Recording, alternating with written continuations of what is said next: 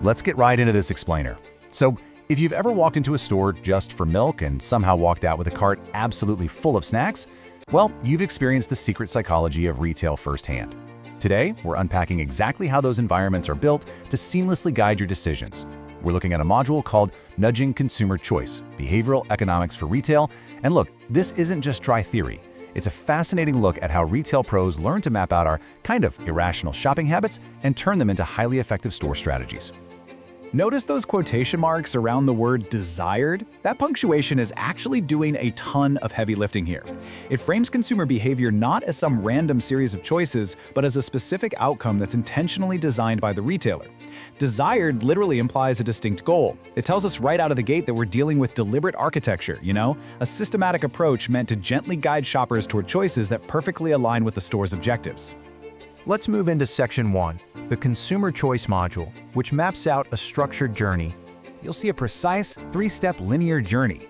Participants move from learning the theoretical fundamentals to figuring out how to apply a nudge, and finally, they hit a hands-on practical session. The curriculum doesn't just throw you into the deep end of store layout planning, right? It's a carefully calibrated process.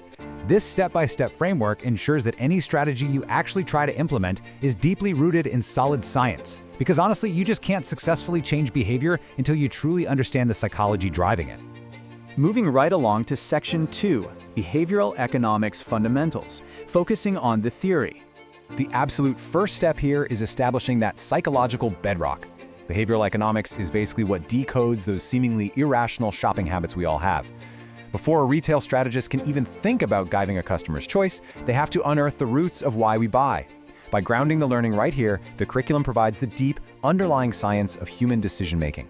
It really answers the core question of how human beings actually evaluate options, weigh costs, and ultimately make a purchase when they're staring at literally hundreds of options on a shelf.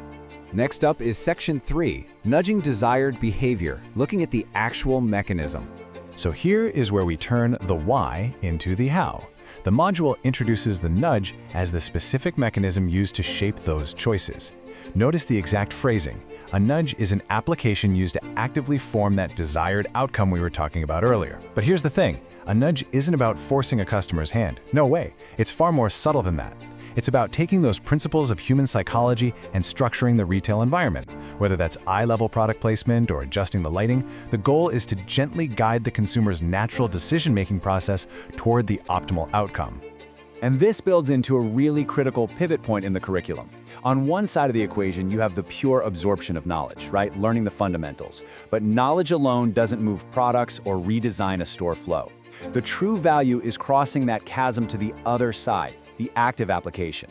It's the exact moment a participant transitions from being a passive student of consumer habits to becoming an active architect of consumer choice. Which naturally leads us to ask the most crucial question for any retail professional. How do we actually apply this at work? It's one thing to conceptually grasp the psychology of a nudge, but how does this actively live and breathe in your own specific physical or digital store? That brings us to Section 4, Designing Workplace Strategies, where we get into real-world application. At this stage, the curriculum shifts gears entirely. It drops the learner directly into a highly active, hands-on practical session. This isn't just another passive lecture. The module demands the participants roll up their sleeves and get to work. This practical session is the ultimate testing ground. It's where the foundational theory of behavioral economics and the targeted mechanism of the nudge are actually tested, refined, and forged into completely usable tools.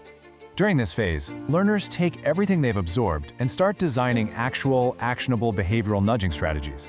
It's a definitive shift from theory straight into practice. But I want to focus heavily on that last point, custom design for specific environments. Participants aren't just memorizing generic copy-paste retail strategies. They're taking raw economic fundamentals and using them to build a highly customized framework for themselves. The ultimate goal here is incredibly focused. They are building strategies directly for their own unique workplace. Not some hypothetical store in a textbook, and not a generalized case study. We're talking about their actual, day-to-day retail environment. By forcing the focus onto their own workplace, the module guarantees immediate relevance. They walk away with a tailored blueprint, completely ready to be deployed to gently shape that desired consumer behavior right on their own shop floor. To wrap up our explainer and bring this all back to you, what behavioral nudging strategies will you design for your workplace?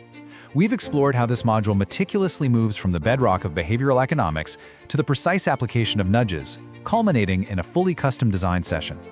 Now it's your turn to think about the optimal consumer outcomes in your specific setting.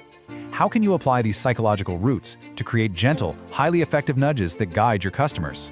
Keep that in the back of your mind the next time you walk your own store floor. It's a real game changer.